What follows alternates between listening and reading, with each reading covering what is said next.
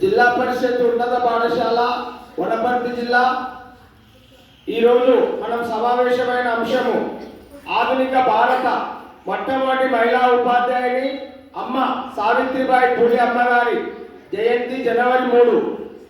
ఆ సందర్భంగా మన పాఠశాలలో ఈరోజు ఆ అమ్మ జయంతి సందర్భంగా ఏర్పరచుకున్న సమావేశానికి అధ్యక్షులు గౌరవ గజిటెడ్ ప్రధాన ఉపాధ్యాయులు శ్రీ గణేష్ కుమార్ సార్ గారు, నాతోటి సహ ఉపాధ్యాయులు, ప్రియమైన విద్యార్థులు, మీరంతా చాలా అంశాలు చెప్పారు. కొన్ని అంశాలు నేను ఇక్కడ ప్రస్తావించదలుచుకున్నాను.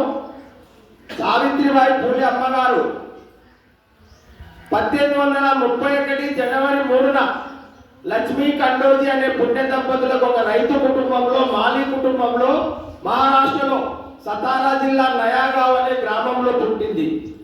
ఆ రోజుల్లో ఆమె చదువుకోలేదు. 9 ఏళ్ల వయసుకే అప్పుడు బాల్య వివాహాలు. మన భారతీయ ప్రప్రథమ సంఘ సంస్కర్త మహాత్మా జ్యోతిరావు పూలే గారితో ఆయన 12 ఏళ్ళు, 9 ఏళ్ళు పెళ్లి చేసిండు. అప్పుడు బాల్య వివాహాలు ఆ రోజుల్లో సహజం, అవి అప్పుడు జరిగినవి. కనుక ఆ అమ్మకు మొట్టమొదటి గురువు ఎవరంటే తన భర్తనే జ్యోతిరావు పూలే గారి. ఆమె చదువు చెప్పి మళ్ళీ చదువులో పాటు ఆమెను ఉపాధ్యాయ శిక్షణ అహ్మద్నగర్లో చేయించి ఉపాధ్యాయురాలుగా తీర్చిదిద్దితే వాళ్ళిద్దరు కలిసి ఆ రోజుల్లో పూణేలో 1845 జనవరి 1న మొట్టమొదటి బాలికా పాఠశాల స్థాపించారు.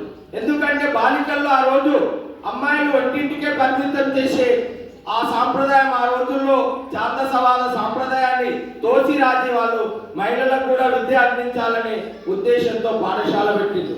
తర్వాత వాళ్ళు 20 పాఠశాలలు బాలికలకే పెట్టిండ్రు. వాళ్ళిద్దరు కలిసి మొత్తం 52 పాఠశాలలు మహారాష్ట్రలో పెట్టిండ్రు. బహుజనుల కొరకు విద్యలో వెనుకబడిన విద్య ద్వారానే సమాజ మార్పు సిద్ధిస్తుందని భావించిన మహనీయులు. ఆ విధంగా సామాజిక సంస్కరణ చేస్తున్న క్రమంలో అప్పుడున్న కొంత మతవాదులు, ఛాందసవాదులు, అగ్ర కులాలు వాళ్ళను పాఠశాల ఉన్న భవనాన్ని ఖాళీ చేయిస్తే అప్పుడు ఉస్మాన్ ఖాన్ అనే ఆయన తన ఇంటిని వీళ్ళకి పాఠశాలగా ఇస్తారు, మీరు నడుపుకోండి. వాళ్ళ సోదరి షేక్ ఫాతిమాబి, ఆమె కూడా ఈ ఉస్మాన్ ఖాన్ ఇల్లు ఇచ్చిన ఆయన సోదరి, ఆమె కూడా మొట్టమొదటి ముస్లిం ఉపాధ్యాయుని. వీళ్ళతో పాటు సుగుణాబాయి, ఆమె కూడా వీళ్ళతో పాటు పాఠశాలలో పనిచేసింది, మొట్టమొదటి దళిత ఉపాధ్యాయుని ఆమె. కనుక ఇట్లా పాఠశాల నడుపుతుంటే వాళ్ళ ఇంటికి పాఠశాల దూరంగా ఉంటే అమ్మ పాఠశాలకు వస్తుంటే అప్పుడున్న అగ్ర కులాల వాళ్ళు ఈ అమ్మ మహిళలకు విద్య నేర్పుతుంది, మా కుటుంబాలు నాశనం అయితే అని ఆమె మీద బురద చల్లేవాళ్ళు, రాళ్ళు విసిరేవాళ్ళు. అవన్నీ ఓర్చుకొని పాఠశాలకు వచ్చి ఆ బురద జల్లిన చీర మార్చి మళ్ళా మంచి చీరతో పాఠాలు చెప్పి మళ్ళీ బురద జల్లుతారని బురద చీరతోనే ఇంటికి వెళ్ళి ఈ విధంగా సంఘంలో అనేక దుర్భాషలు కూడా ఆమె నాడు చెప్పనలవి కానీ. కనుక ఆ రోజు సామాజిక కట్టుబాట్లను ఎదిరించి మహిళలకు పాఠశాల పెట్టి మహిళా విద్యకు పునాది వేసిన మొట్టమొదటి ఆధునిక ఉపాధ్యాయురాలు.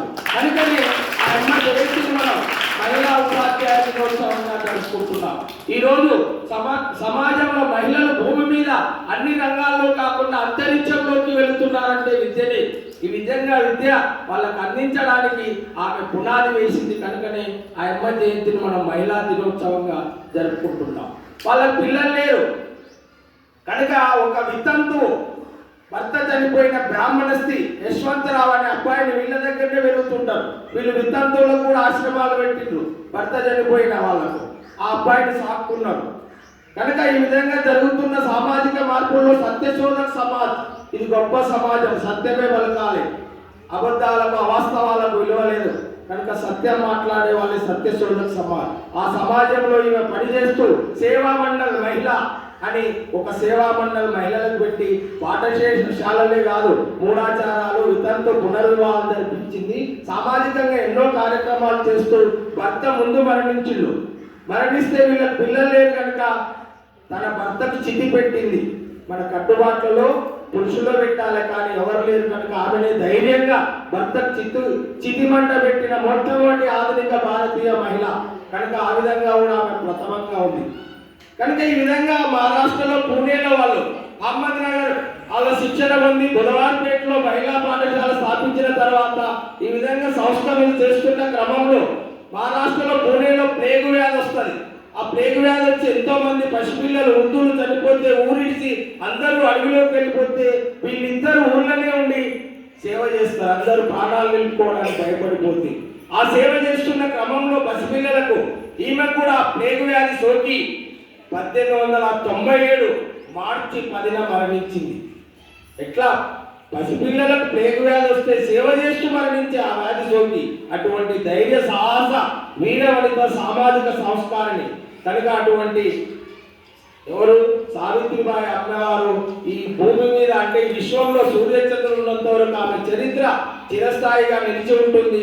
అటువంటి మహనీయురాలి చరిత్రను కూడా మీరు స్ఫూర్తిగా తీసుకొని సామాజికంగా మీరు కూడా ఎదిగి మహిళలు ముఖ్యంగా మహిళలు ఆమెను స్ఫూర్తి తీసుకోవాలి. మహిళలే కాదు అందరూ స్ఫూర్తి తీసుకొని సమాజంలో ఆమె చూపించిన దారిని మనం కూడా నడుచుకుంటూ సామాజిక మార్పు తీసుకురావాలని ఆశిస్తూ ముగిస్తున్నాం.